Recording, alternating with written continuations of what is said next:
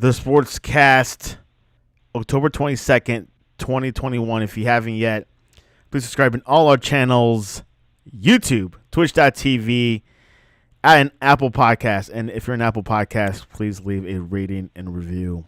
It will help us out tremendously. And download our app, The Sportscast for iOS, or visit our website, thesportscast.net. A lot going on with Ben Simmons and the Sixers. And, of course, anything else in sports. The Cleveland Browns.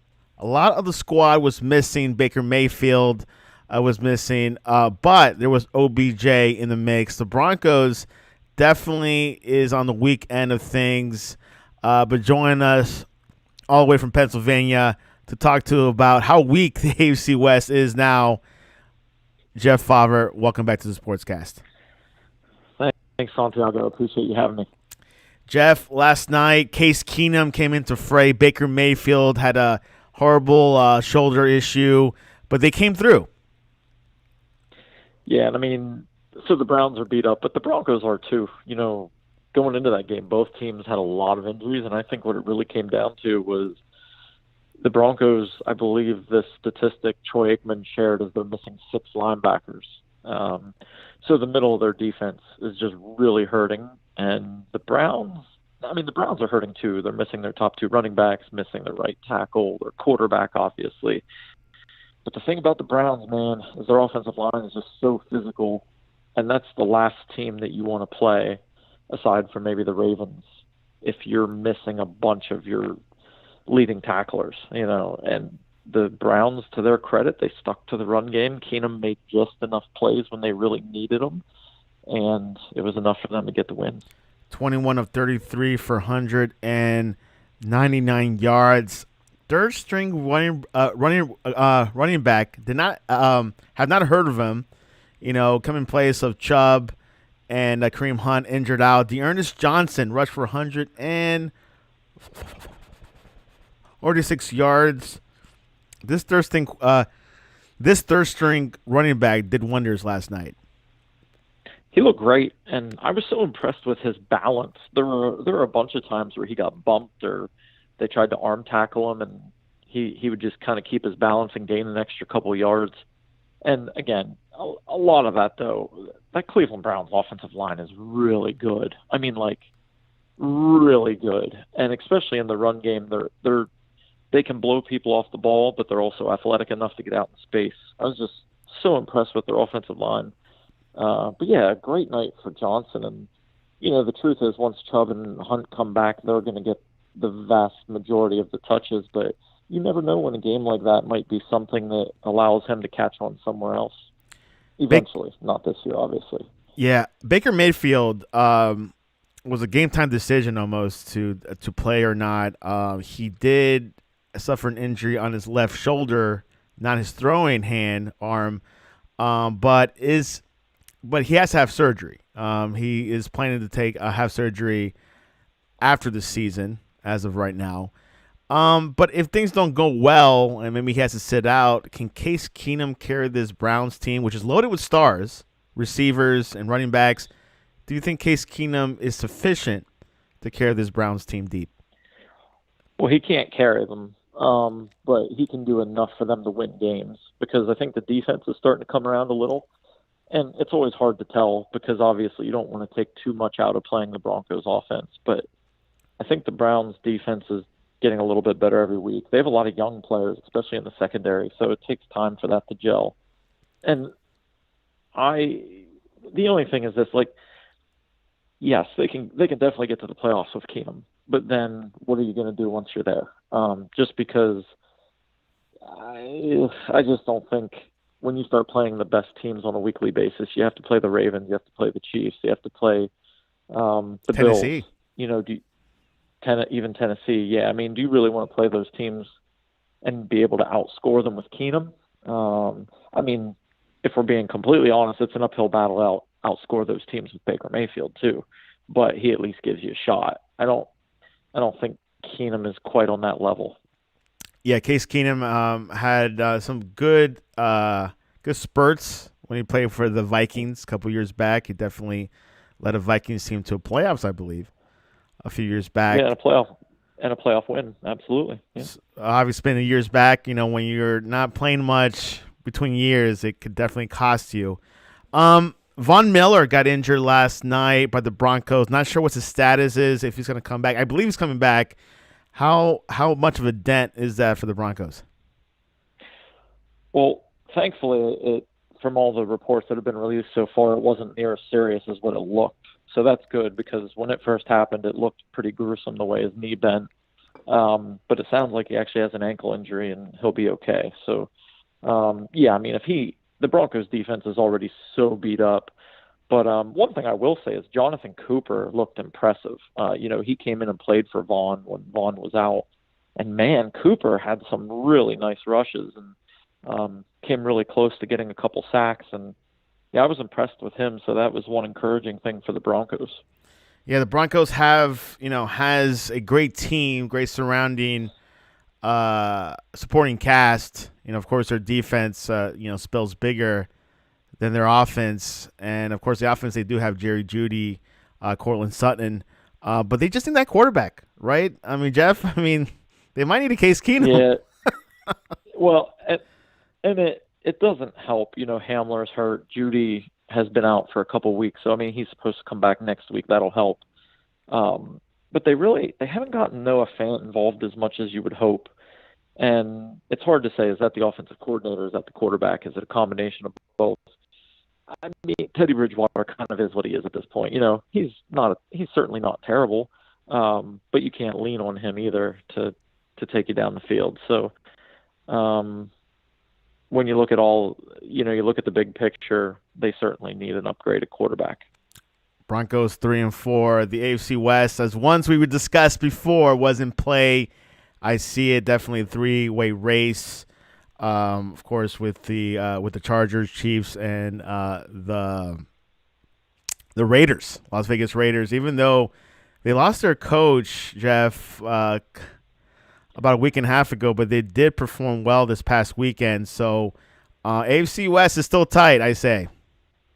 Yeah, absolutely. Yeah, and as much attention as the Chiefs defense has received for not being very good, the Chargers defense isn't very good either. So we'll see which team fixes that side of the ball better. But there's still a lot of football left to play. And the Raiders, their defense really isn't great either, but it might be better. It's crazy to say this, but the Raiders defense might be better than the Chargers and the Chiefs. Yeah, and the whole defensive issues in the AFC West. Only the Broncos are good in defense, but their offense is definitely their missing component.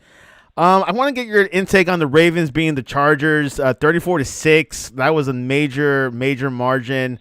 Chargers did not keep it close as I thought it would when they played against the Browns, but it was a different game. What did you thought about that game? Yeah, when we talked last week, I said, I thought the Ravens would win just because the Chargers defense, their whole game plan is let you run the ball and then either stop you in the red zone or, get you into a passing situation. And I just felt as though, that plays into the Ravens' hands because they'll run the ball 50 times. If you put them in scenarios that run the ball, they'll run the ball every single play. It doesn't bother them. But what I will say is the way the Ravens just absolutely handled them, did not see that coming. They just, watch it. I watched a lot of that game, and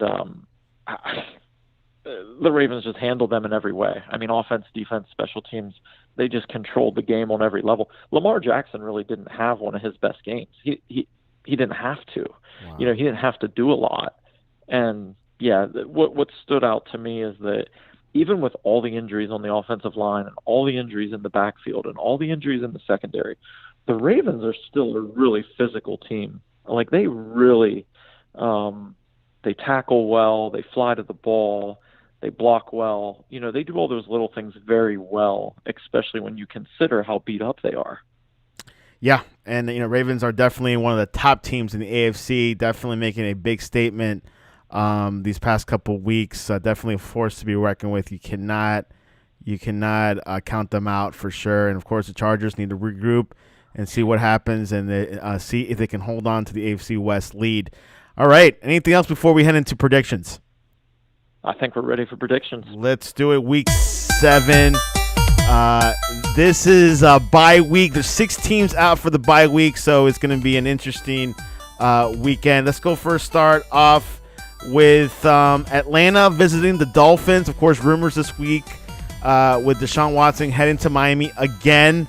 But Flores cleared the rumors that Tua is their quarterback. Jeff, what's going to happen in Miami? I think where there's smoke, there's fire. And these rumors just keep popping back up and again and again.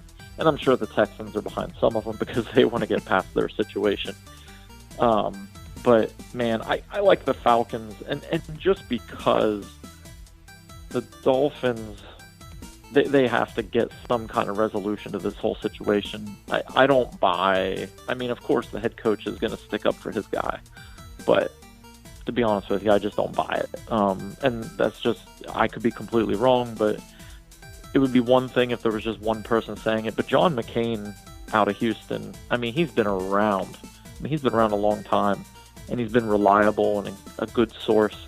So I don't think the rumors are just made up. I think there's something to them. Now, what level, I don't know. But, yeah, I don't think that's good for Miami for the immediate future. I think they're going to struggle a bit until this all gets resolved. Yeah, what I've heard is the agent, Deshaun Watson, wants to go to Miami, and his agent's been the one that's trying to trigger this. The Dolphins not too crazy about it, but they have ears with that. So let's see what happens. Nothing yet, but you're right. Jeff McClain's a great journalist. He's definitely very legitimate. So we'll see what happens. I'm like whatever. Chiefs at Tennessee Titans. Tennessee had an impressive win against Buffalo. I didn't see that coming. Yeah, it would be close. I thought Buffalo would pull it off, but Tennessee's definitely making a statement. We're one of the top teams in the AFC, and they're going up against a top team in the AFC, the Chiefs. What's going to happen in Nashville? This was another one of those games where I think the early part of the game is really important, and probably more so even for the Chiefs. But so obviously Derrick Henry is going to get his yards. That's just win, lose, or draw. Derrick Henry is going to get his.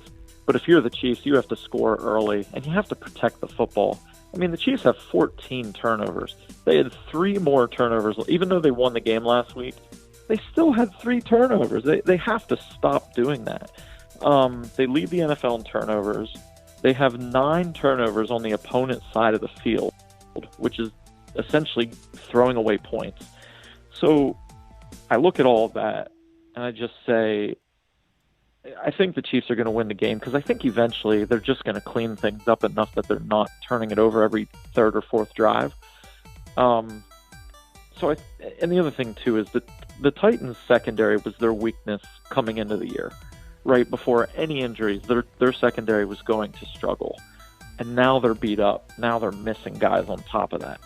Well, the last team that you want to see on the schedule with a beat-up secondary is Patrick Mahomes and Tyreek Hill and Travis Kelce coming to town. So I think it'll be a little bit higher scoring game, but I could, as long as they don't turn the ball over, I think the Chiefs will win. I think they'll win by a touchdown or so.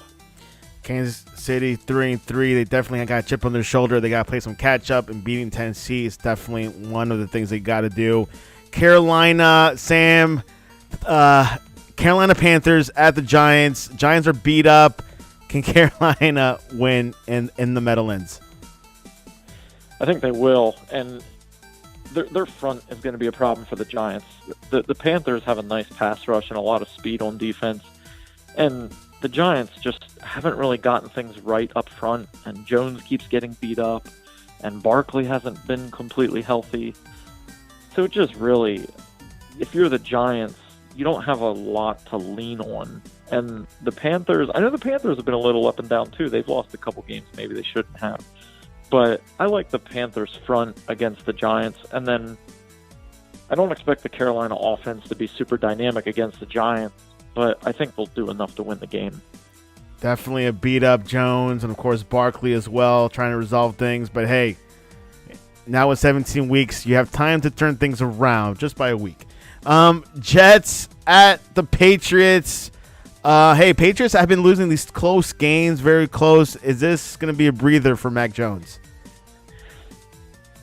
The Patriots kept that game against Dallas closer than what I anticipated. I thought they actually played pretty well. I mean, it went to overtime, so it was a tremendous game. So I was actually pretty impressed with them, all things considered. And look, man, I like Zach Wilson. I think he's going to be a legitimately good quarterback. But having to go against Belichick twice in I think he's going to be going against him twice in a 4-week span, that is almost unfair to a rookie.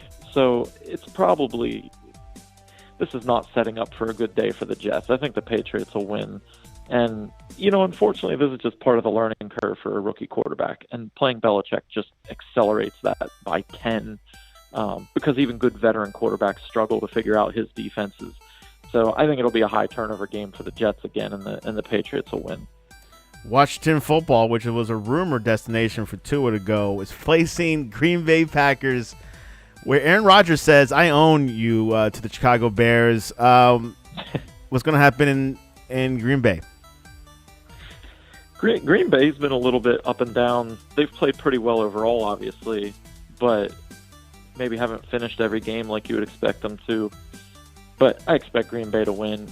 I don't know what has happened with Washington, because I really thought their defense was going to be tremendous, and they're one of the worst defenses in the NFL. So their front four is very good, but everything beyond that has been very suspect. So that's going to be a tough day, because they're not going to be able to get to Rodgers quick enough to prevent him from making the big plays down the field. So the Packers will win. Yeah, and everything's been opposite. We thought Washington was going to have a great defense. That's the opposite, not good. The Cowboys, we thought would be a horrible defense. So far, they're hanging in there.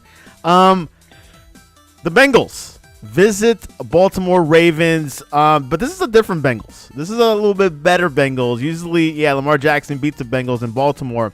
But Jeff, do you think this will be a closer matchup than everyone thinks? I think it will be. I think it'll be a good game, and the Ravens have played so well for so long. It almost just feels as though they're due to have a hiccup. They lost week 1 and then they haven't lost since. So it feels as though eventually they're going to drop a game.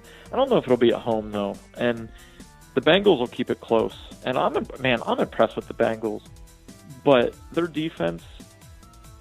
And they deserve credit because their defense has played well. But they don't really have star power on their defense.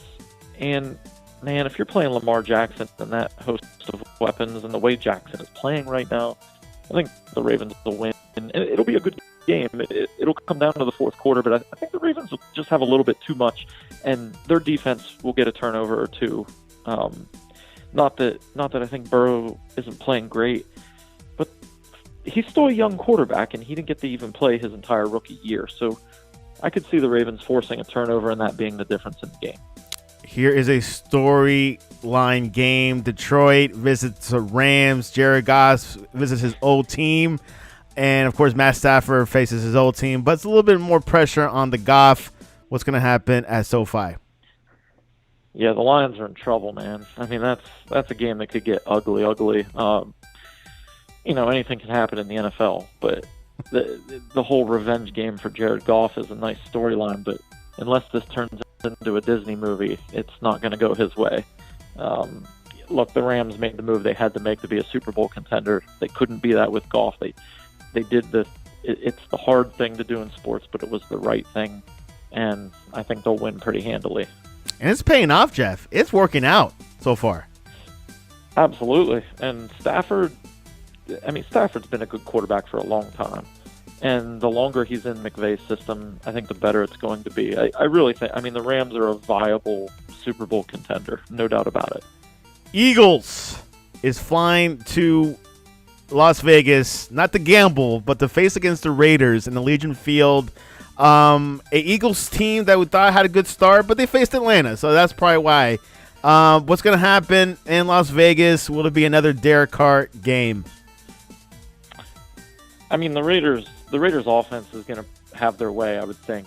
Now, devil's advocate, the only way that can change is the Eagles do have a decent front four that can get after the quarterback, and Carr has shown if you hit him early, he becomes a completely different player. So that's the Eagles' one chance. They have to hit Carr early. But all that said, the Raiders are just too much, and And Hurts just is not consistently accurate. So you can take advantage of the Raiders' secondary, but you have to be consistently accurate to do that, and he's just not there right now. I could see it being a little bit higher scoring game just because the Eagles do have some weapons with Miles Sanders and Devontae Smith. So they'll make some plays, but the Raiders are going to be too much. Yeah, we'll see if we'll see more of Miles Sanders, but maybe not. Chicago Bears, Justin Fields visit Tampa Bay. I don't know. Feels like Tampa Bay. What does Jeff think? Yeah, it's going to be a rough day for Justin Fields. I mean, that's a tough one. No, I will say this though. So Antonio Brown and Gronk are both out. They were both ruled out for the game. Does that help? I think. Well, yeah, absolutely. I mean, and I think what that gives the Bears the opportunity to do is maybe they can just ugly up the game a bit. Just play one of those ugly, disgusting 17-13 games. Try to make a play on special teams, or maybe you score a touchdown on a blown coverage or something along those lines, and just keep it close. Keep it close. Put the pressure on Tampa Bay to close out the game, and you never know what it's the NFL, man. I mean, anything can happen. So keep the game close and just see what happens. And of course, they got some other options, Mike Evans, and they got Cameron Brate. But Cameron Brate, when I see him, is not the same as like when they have Gronk. Yeah, Gronk, and even O.J. Howard is a pretty, he's a physically dominant presence. I don't know that he's not dominant as a player, but he still gives you that weapon. Houston, a big dilemma, a lot of drama, a lot of gossip, is going to Arizona, who's undefeated, 6-0, and they got Zach Ertz. What's going to happen in Phoenix? Isn't it funny, though? So this is probably the most obvious pick of the week. You say Arizona's going to win big, like possibly huge. But at the same time, it's just funny, just when it seems completely obvious and it couldn't possibly go the other way, that's when it does. But with that said, if I had to put my life savings on the line, I'm taking the Cardinals. They're just playing great, man. I don't know how else to say it. They're good on offense. They're good on defense. They're consistent.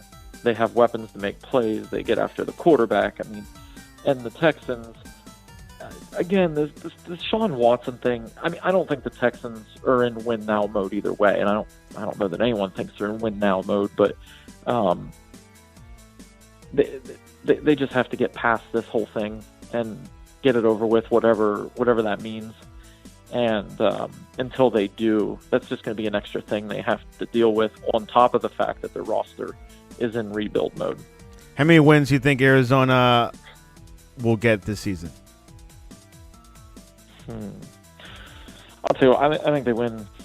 I think they win 13 or 14 games, all said and done. Fair They're enough. in a really tough division with having to play the Rams, and the Seahawks are always competitive. So, and the Niners are even very competitive. So, they'll drop games here and there, but yeah, they're gonna win a bunch. Yeah, it's going to be tough to get a undefeated season now with 16 games, so it's just quite crazy. Sunday Night Football, the Colts, Carson Wentz looking great, going up against San Francisco. This could be close. What's going to happen there, Jeff?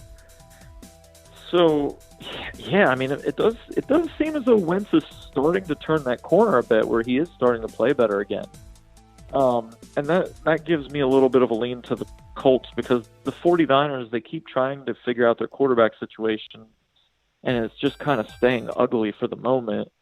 And I like Trey Lance. I think long term he's going to be fine, but he just has a ways to go. But the Niners are still very talented on defense. They're pretty good up front. I just lean the Colts a little bit, just because Wentz is starting to play a lot better. So I think the Colts will find a way to win that game. And I look back to that Ravens game the Colts had. That really impressed me. They probably, they really should have won that game. But they haven't backed down to anybody, and I think they're playing well enough to win. Well, there you have it. Week 7 is looking good. I think the biggest game is Kansas City, Tennessee. Of course, two heavyweights going at it, and we'll see if Tennessee continues that stride or Kansas City is going to kind of continue what they did last week against Washington and keep winning, because they got to play some catch up a little bit, and they got some wiggle room right now. Now that that the Chargers lost last week, so we'll see if Kansas City can play that catch up. Anyways, there you have it, Jeff. What is the best way to reach you online to talk to you about the AFC West?